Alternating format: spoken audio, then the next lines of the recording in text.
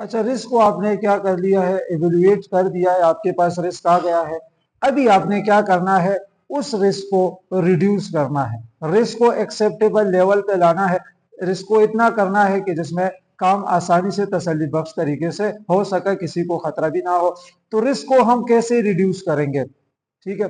अच्छा, रिस्क को रिड्यूस करने के लिए इतने फॉर्मूले पे बात करूं तो या आप लाइक्लीहुड को कम करेंगे तो रिस्क कम होगा आपके पास, या आप कंसिक्वेंसेस सिवेरिटी को कम करेंगे, रिस्क आपके पास कम होगा, या आप दोनों कम करेंगे तो आपसे के पास रिस्क क्या हो जाएगा, कम हो जाएगा। कैसे कम करेंगे, ठीक है, इसको जानते हैं। रिस्क को रिड्यूस करने के लिए हम हायरार्की ऑफ कंट्रोल के तहत काम करते हैं। एक हायरार्की है, एक चैनल है, उसके थ्रू हम क्या करते हैं, चलते हैं प्रॉपर। इसके हमारे पास 5 स्टेप है। अच्छा, पहला जो है हमारे पास आ जाता है एलिमिनेशन का। एलिमिनेशन में हम क्या करते हैं, एक हैजर्ड को सोर्स से बिल्कुल क्या कर देते हैं, जड़ से उसको खत्म कर देते हैं। मिसाल देता हूं आपको, मिसाल के तौर पर ट्रक है, लेबर उस ट्रक से सीमेंट की जो बैग्स है कंधे पर उसको नीचे ला रहे हैं, ठीक है, उतार रहे हैं, ट्रक से उतार रहे हैं। आप क्या करते हैं, आप एलिमिनेशन की बात की जाए तो आप क्या करते हैं, उसमें आप मजदूरों की, लेबर्स की बजाय आप एक क्रेन का इस्तेमाल करें, ठीक है, या फोर्कलिफ्टर ट्रक का इस्तेमाल करें, तो उससे मैनुअल हैंडलिंग बिल्कुल सोर्स से ही खत्म हो जाएगी।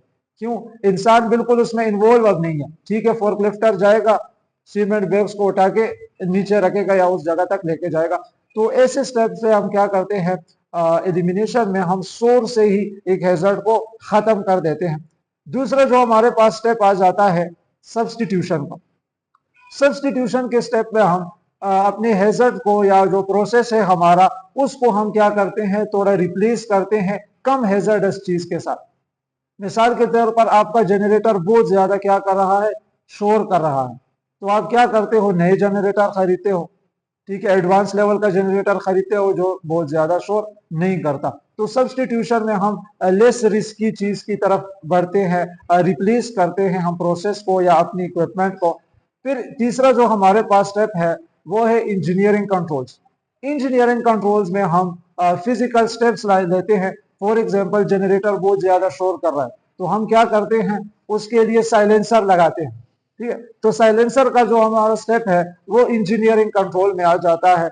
इसी के साथ साथ चौथा जो स्टेप है हमारे पास, एडमिनिस्ट्रेटिव कंट्रोल, ठीक है। एडमिनिस्ट्रेटिव कंट्रोल हमारी एडमिनिस्ट्रेशन से जुड़ी हुई होते हैं।